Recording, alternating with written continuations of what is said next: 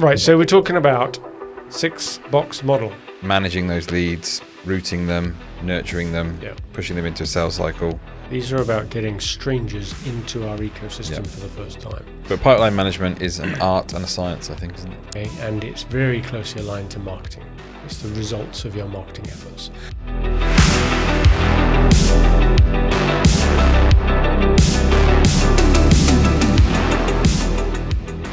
I'm feeling quite old today. You're not the one wearing the old man jumper. Oh yeah, was that what the cable is? You're looking some Norwegian fisherman has walked in the room. I know. I thought I was going to go on a voyage.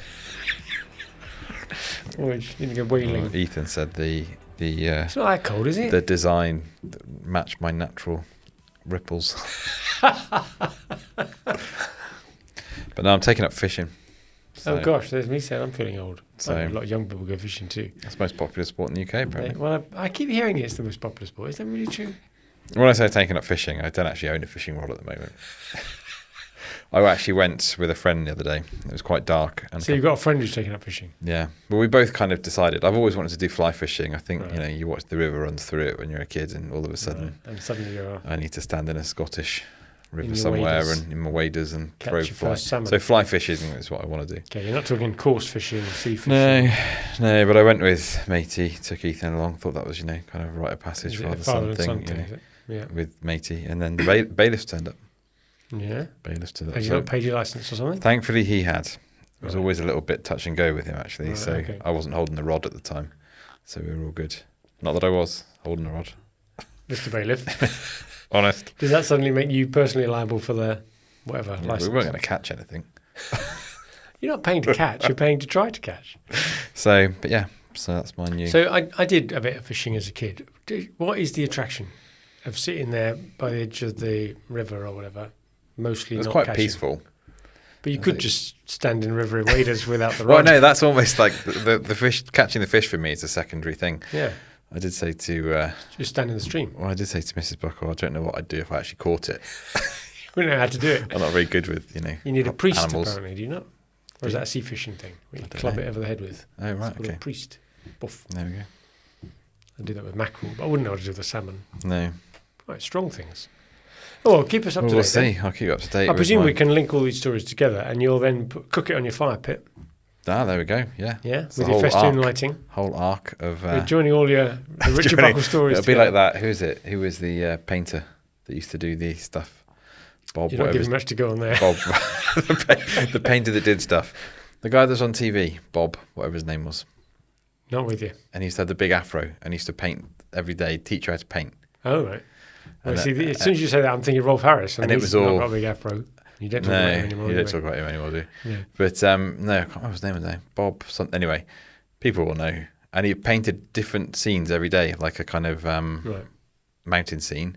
And at the end of his life, they put them all together. And it was this huge journey down a river. He was painting the whole picture. Well, and he didn't point that out at the time? Just every day, just paint a new scene. And everyone thought, he's painting the same picture. But they put them all together at the end of his life. There was a big... Either that or AI's completely duped me. But either way, it's a good story. Yeah. So. Okay. Well, keep us up to date with your fishing exploits. Will do. We need to know the catch count every week. We'll publish it in the comments section. We're going to have a darts finish, a catch count, and a 5-pit update. Yeah, we're going to run out of time to talk about business. Okay. Talking of which, then, let's crack on.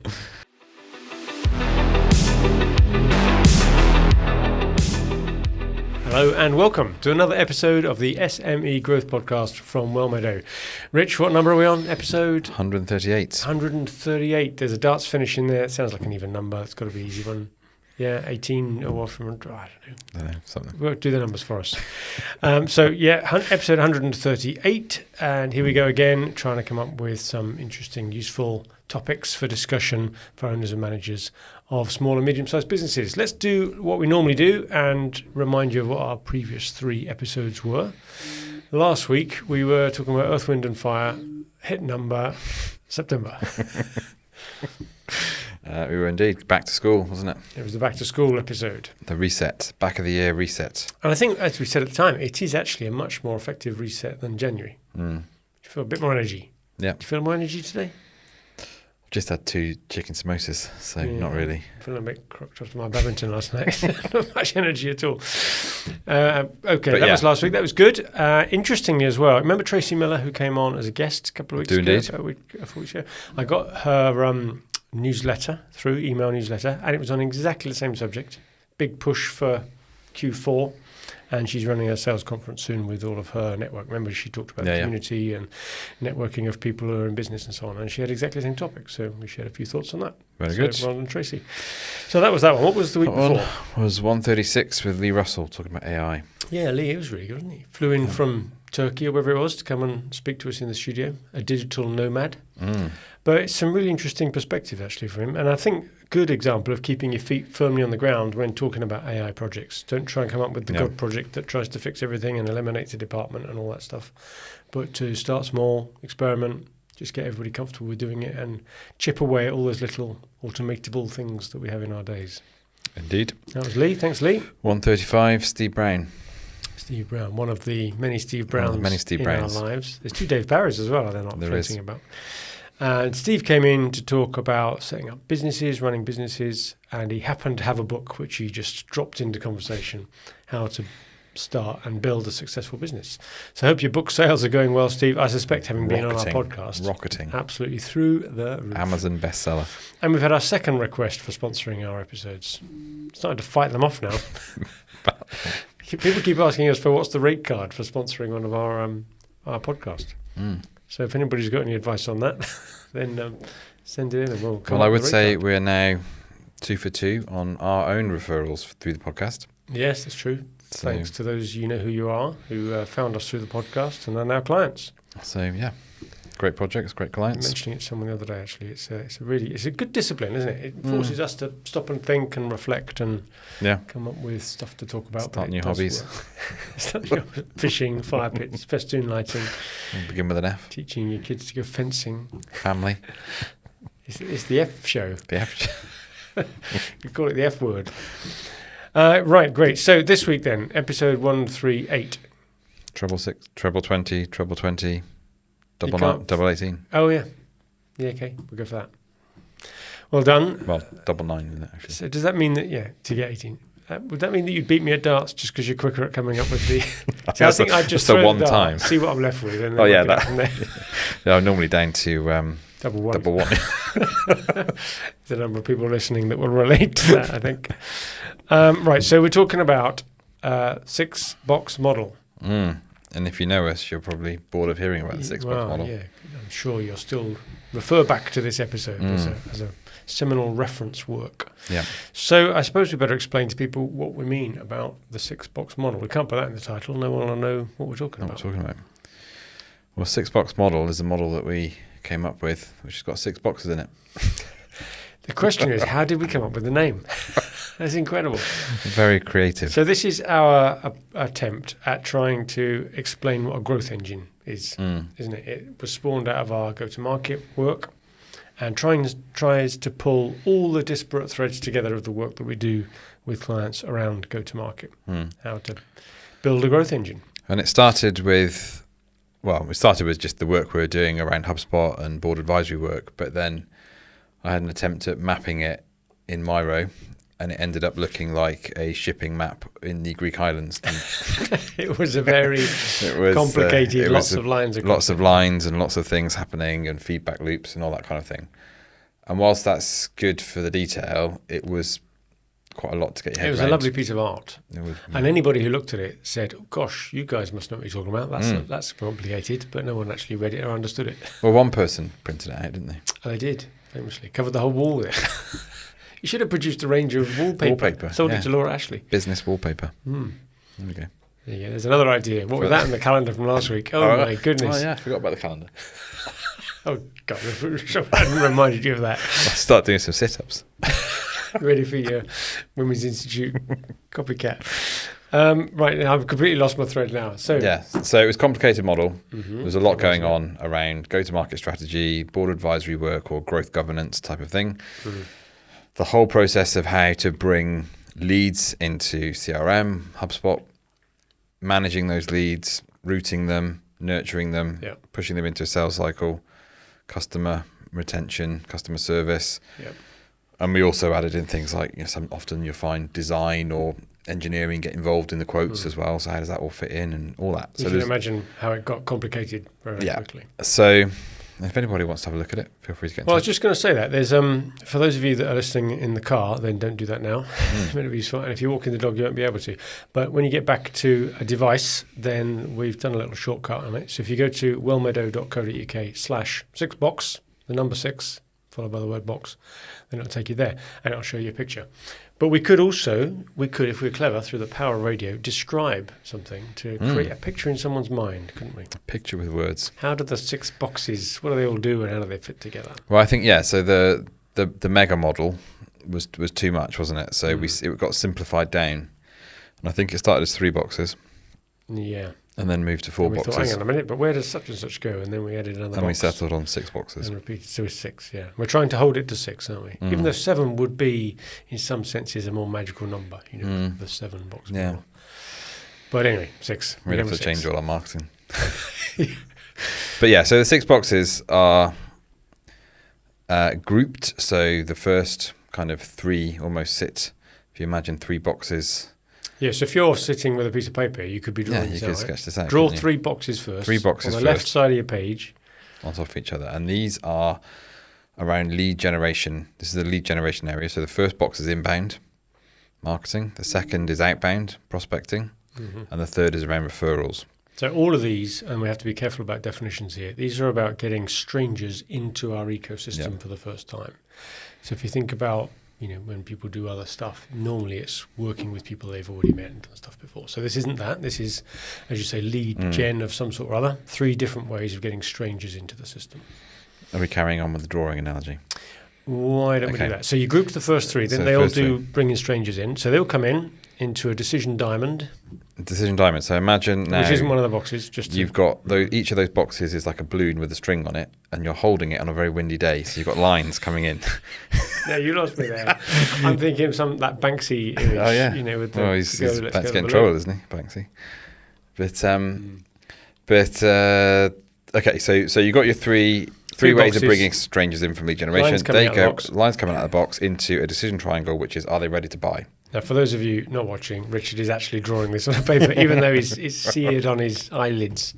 He's just seeing if our description works. Ready? So they go into a decision. Are they ready to buy now? It's a time. Buy now, yeah. So if the answer to that is no, there's a little dotted line. Draw your dotted line into another box, which is called lead nurturing. This is our 4th box. So the first 3 bring them in, decision diamond, and if the answer is no, they're not ready to buy, they go into the nurture box. Nurture box. Which is actually a loop, isn't it, really? You go round and round a nurture loop. Yep, because you can be nurturing people for quite a long time. So you can come out of that back into the decision diamond. Are they ready to buy? And the whole sort of principle of lead nurturing was, it's kind of an adjunct to inbound marketing, really, isn't it? In that it takes people away from the idea of just pushing them straight through a funnel and more into a kind of flywheel nurturing cycle. Yeah.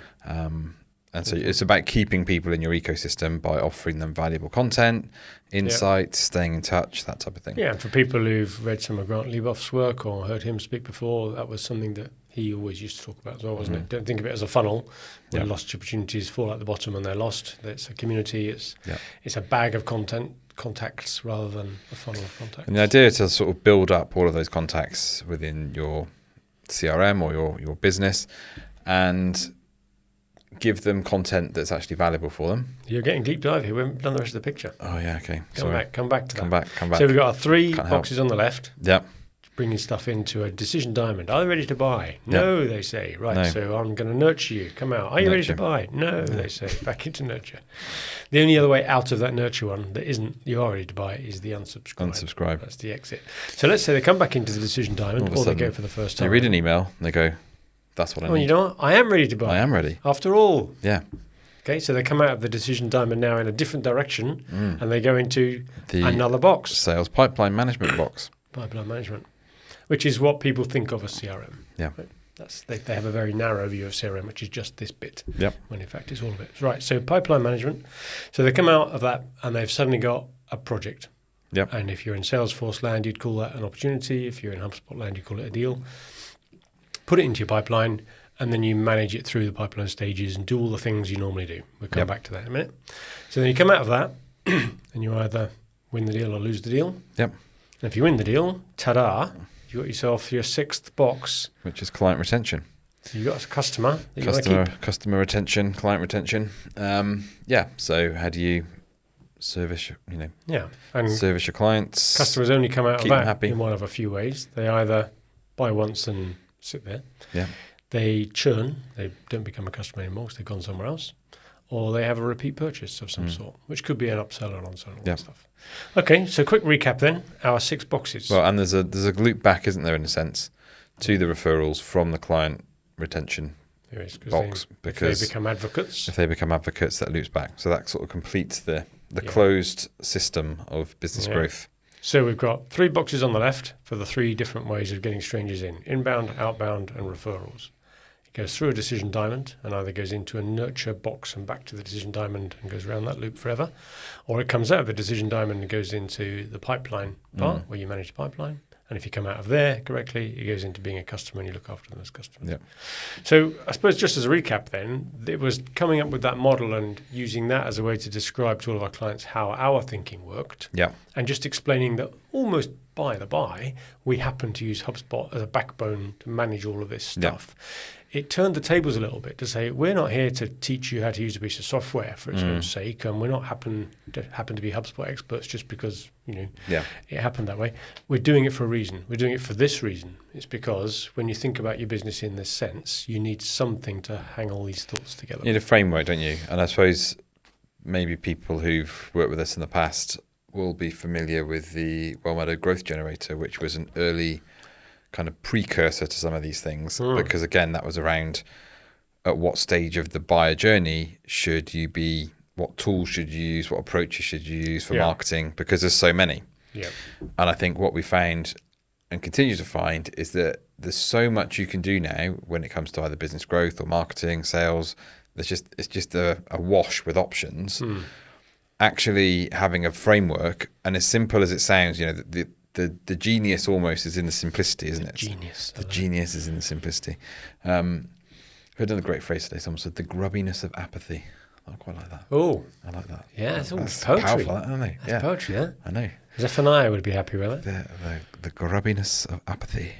Anyway, but what was happening is that there's just so much for people so many options that you need something to give you a little bit of a steer as to which way to go. And so what we found that by boxing everything up into kind of 6 boxes meant that you can kind of have a manageable approach to working out where your priorities are. I just looked up, by the way, episode 10 was when we talked about the growth generator. Okay, oh wow. Yeah, it goes back a bit, doesn't it? Into the It annals. goes back 128 episodes, in fact. So it's about then prioritizing, because you can't do everything, right? If you've got to think about bringing leads in, nurturing them, managing the sales pipeline, keeping your customers happy. Well, not only can you not fit it all in capacity-wise, but you may not have equal importance, all those things, right? Depending on your business model. Not everybody does outbound, not everyone has referrals, not everybody. So I think what we suggested doing is, apart from today's episode where we're going to introduce this 6-box model, so today, you may come back to this episode, or we only listen to this one, in fact, and never come back ever again, which people say about a lot of our episodes. But if you made it this far, at least it's an overarching description of what this 6-box model is all about. And if you've seen a picture of it, it may make more sense. But we're going to maybe deep dive into each of the 6 in future episodes, aren't we? Talk about them in a bit more detail. Exactly. But we should cover a bit more today, just as a kind of a bit of an intro to what each of those might be. Think that'd be a good idea? Can do. Go on then. So, where do you want me to start? Which box? Well, assuming we're only allowing ourselves 3 minutes on each here, you can't get yourself too carried away, right? So start top left, inbound, which is, HubSpot loves that word, doesn't it? It's coined it years ago. Inbound. So this is stuff coming into you rather than you having to go and get it. Yeah. Okay. And it's very closely aligned to marketing. It's the results of your marketing efforts. Because marketing is passive once you've done it, isn't it? You create this stuff, which is hopefully attracting. Yeah. And then it's like fishing. It's your bait, isn't it? There you go. Your marketing is the bait, and you're waiting for the fish to have I a had nibble. no idea when you said that at the beginning how opposite that was. Yeah. Listeners are going to think we planned contrived this. No, well, we did. We're just so naturally It's so natural after 138 episodes. Yeah, so people come in. So marketing into your your fish comes in, inbound. Got it. inbound. Got a bite. Onto your. So this is all about attracting people normally to a website, but it could be other channels, and then capturing them, isn't it? Really. Well, and I think that's worth exploring because I had that discussion with another client this week. You've probably got an awful lot more channels than you realise. It's not just. I mean, most people will have a website, hopefully with a contact form on it. Yeah. Although that's implemented well and badly in varying different measures. And you've probably got a phone number. Yeah. So people might call you. And you've probably got some sort of generic email address, contact at your company name.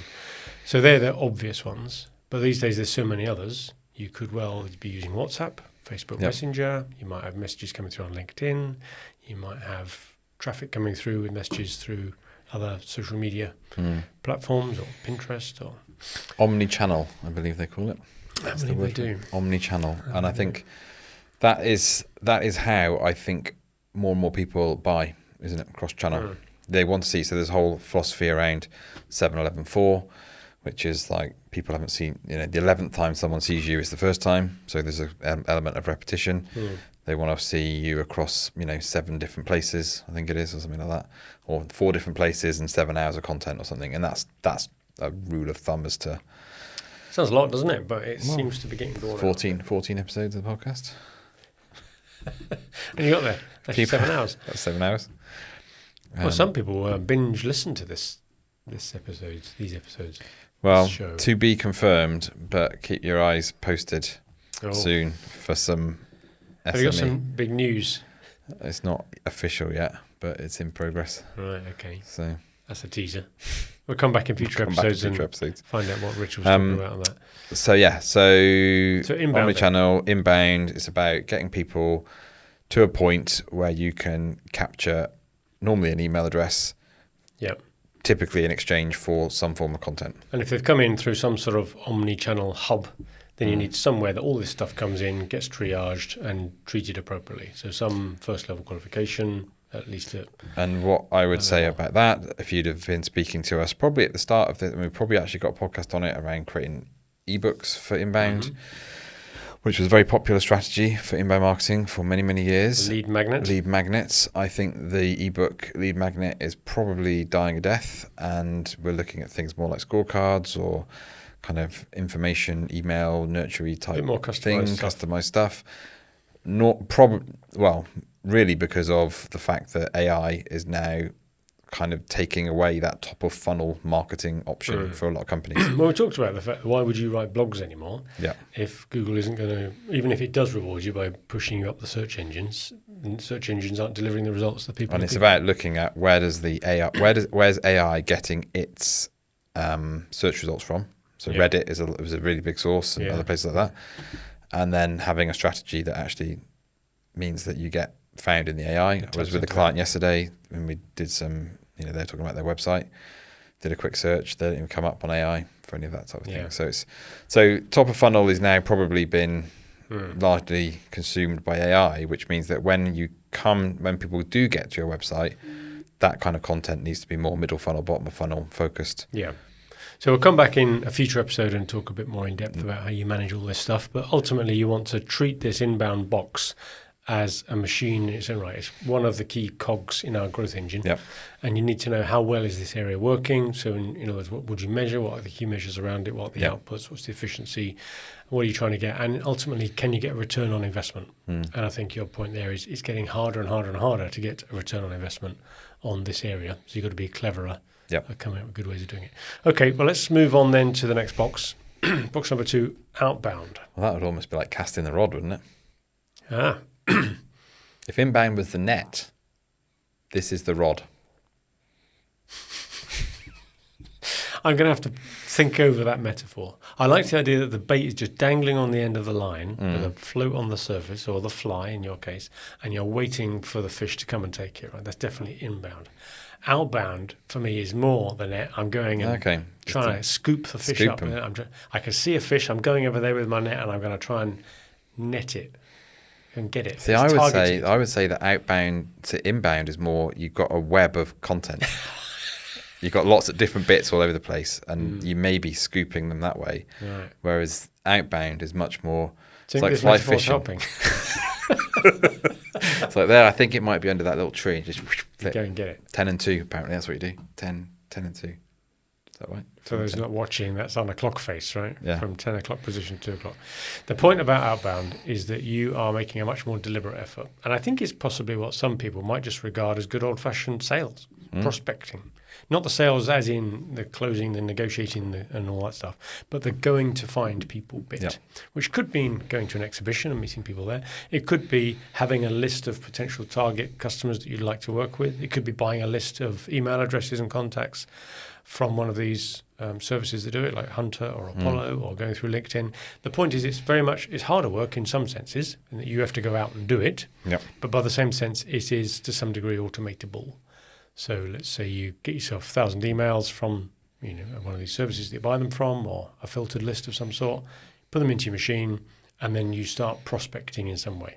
Yep. And I suppose the approach that most people are familiar with will be cold email, which isn't great, but it's a numbers game. And if you happen to strike lucky at the right time, then great. Yep.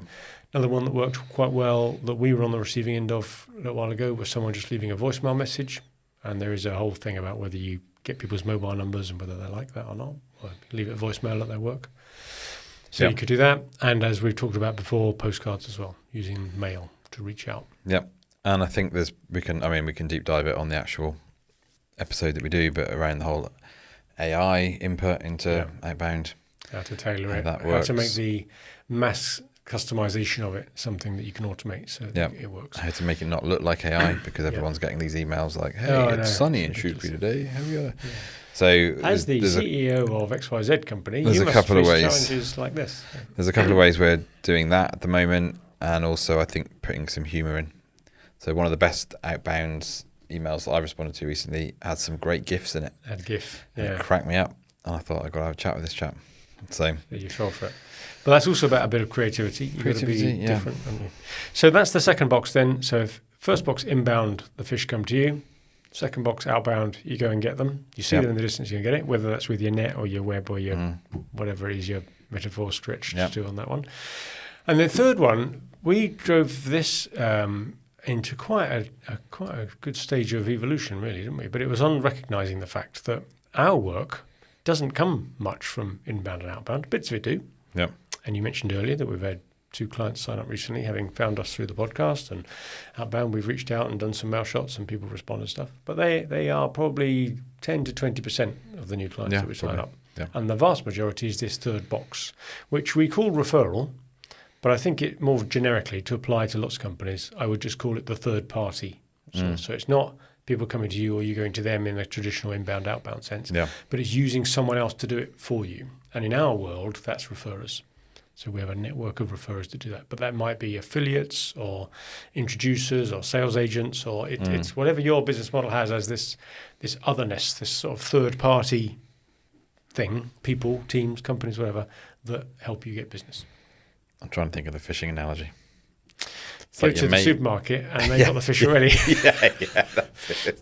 You go to the fishmonger. That's it, fishmonger. This is the fishmonger one. Yeah. Done Someone else has caught the fish. Yeah, they're just giving it to you. And they're either selling them to you or they're giving it. Maybe they're just a hobbyist fisherman and for the love of it, they caught a fish. Yeah. And they're coming your way. Or maybe they've caught a salmon and they don't like salmon, but they know you like salmon, so they give their salmon to you. There we go. Yeah, that's our metaphors. Almost back on track. So referrers, and we'll talk in great depth, I'm sure, when we come to this episode, because we've taken this to some degree. But we categorise our contacts as to whether they are potential or actual referrers. We give them a tier level, and then we treat them all differently. And we build reminders and reports and systems and workflows. And I would just say as well, it's a useful exercise to just try and map out. If you take even this year, depending on what your business is, whether you had a lot of customers in this year or last year or however that works, just map out where your work comes from and try and get that, because it's actually quite interesting, because anecdotally you probably think I think you misremember, but you do misremember and you think, and then it's quite useful particularly if you're in professional services business or a business where you get a lot of referrals, to say, right, so we've got these 3 clients from here, All right, that one spawned that little web going off over there, and this one spawned this thing here, and Well, this you did that. I remember opportunity. the one you did on Yeah. Miro. It was a great spider's webby And thing. it's and you just start to get the insights out of it, or at least you think, oh, I need to have a conversation with that person. Yeah. When we got that client, wasn't that referred to us by Fred? Well, where did we find out about Fred? Oh, Fred, but he came up because he met us on such and such, or he was referred to us by Mary or something, and you build it all up. Build the picture. So it's about making your referral process more deliberate. Yep. And a lot of people recognise they may well get referrals, but they don't feel that they can drive it. It just happens when it happens. Yep. And we decided to dispel that myth and turn it into more of something that you make happen. And I think as well, just on that point, then it's like, what do you do when you're talking to your referrers? So you want to be educating them, incentivizing and rewarding, really, isn't it? They're the kind of things. Yeah. So, and you don't ask them for the referral. This is the mistake I think a lot of people make. And a lot of consultants and advisors out there will say, you should be asking your top customers for who else they know that you should sell to. It's not as blatant as that. There are more effective ways of doing it. Okay, so that's box 3. Cantering through them then, the nurture one. So they come through the decision diamond, they're not ready to buy, but you've made connection and you want to nurture them for as long as. Ideally for a while, but not too long, because you want them then to have a need. well, this is where if you, if you caught a tiddler, you throw them back. Or do you put them in your keep net? Keep them well. Because as a fisherman, you know about keep net, right? You don't throw it back, so you lost it. You put it into a net that you can keep an eye on, like a fish farm. No, fish farm, yeah. And you fish grow farm. it in You the grow fish it, farm. you nurture it in a fish farm, yeah. Yeah, see? Or I was thinking, if it's small, you could put it back, come back a couple of years later. Oh, but someone else Big might boy. have caught it. Ah, that's true. So you've got to put it back in a way that only you I can like it, catch yeah. him. See? Yes, That's there we go. into your fish farm or keep net. Yeah. So if you've done a monthly newsletter, you're already on the journey. We would always say that's probably not the most effective way of doing it, because a lot of people now don't read monthly newsletters, maybe don't even come to your attention because they're put into the spam folder or something. But anyway, imagine if you did monthly newsletters well, so that people did read them, want to read them, and were educated, entertained and informed to the point where suddenly they had a need and you were front of mind. Exactly. So that's the whole nurture loop. And once again, we'll talk when we get to there about how do you measure your efficiency of doing that, what's the return on investment of doing it, and how do you do it well. And that's the key word there is all about segmentation, targeting, understanding who you've got in your contact database. Indeed. Data health is another big one. That's a big one. And that was a major, major theme that came out of HubSpot's big inbound The Shindig, their annual rah conference. And and that was, again, linked to the whole AI piece. Because if you want AI to be really powering your business, you've got to have the right data in there. So data integrity is a big... But AI can help you get the big data old beast. integrity. So that's nurture. So they come back into the decision diamond, and this time, instead of saying, no, I'm not ready, they say, yes, I am, or they come straight there in the first place. And so you've got yourself a deal on your hands. So where's your fishing metaphor gone on here? Your fish is big enough and you're hungry, or they're ready to be eaten. How does a fish declare that it's ready to be eaten? Maybe there's a qualification. There's a big qualification piece in the deal. So they may think they're ready, or they may think, maybe they haven't got the budget. Maybe it's the wrong type of fish. You haven't got the ticket for it.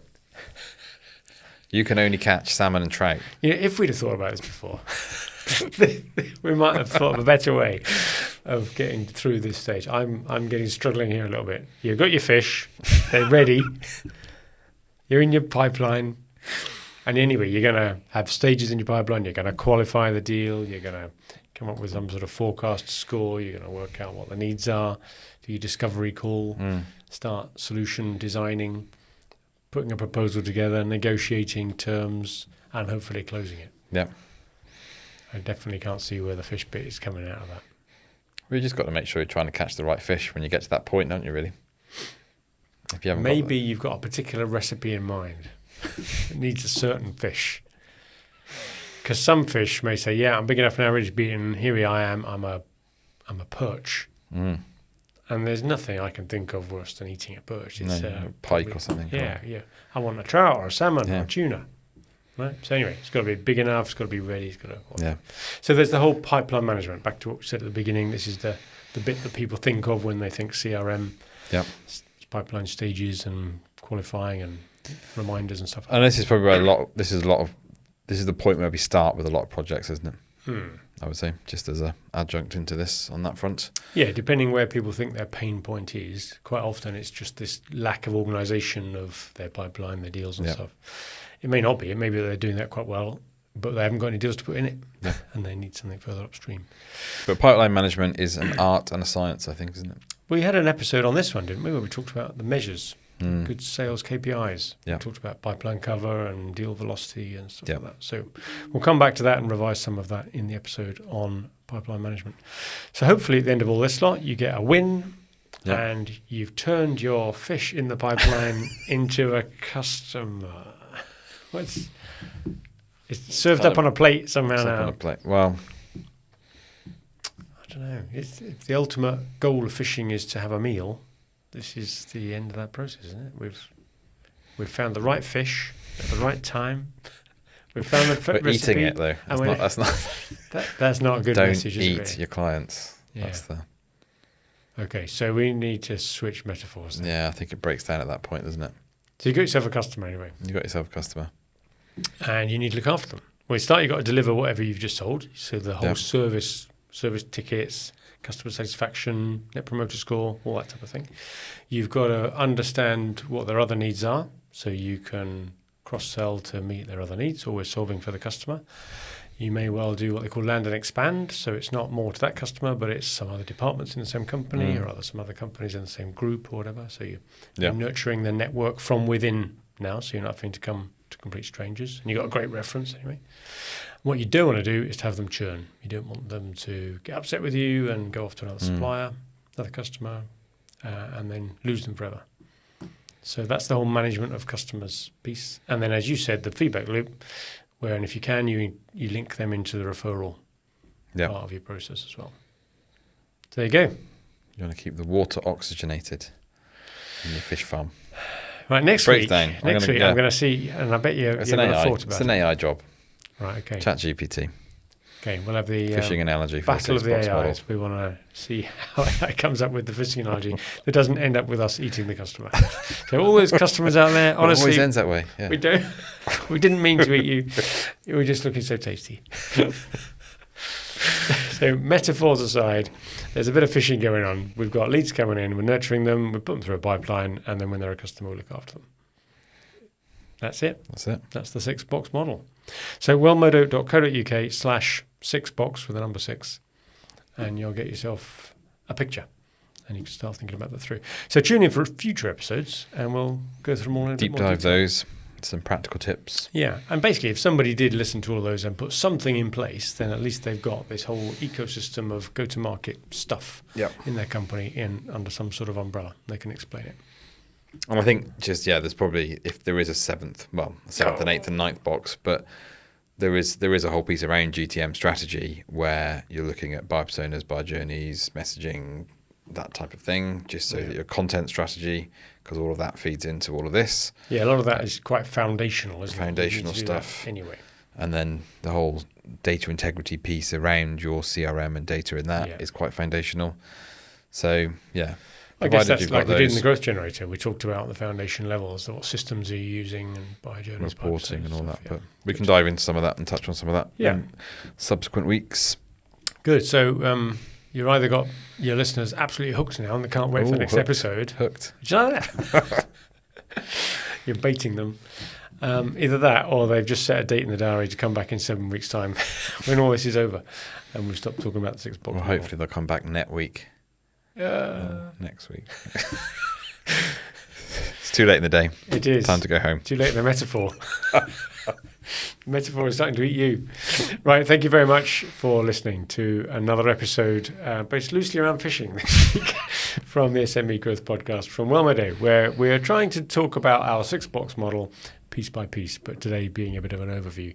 If you've had experience of us explaining this to you, then please write in with your metaphor solution. Otherwise, stay tuned for what we come up with next week, and we'll explain a bit more. In the meantime, good luck with your business.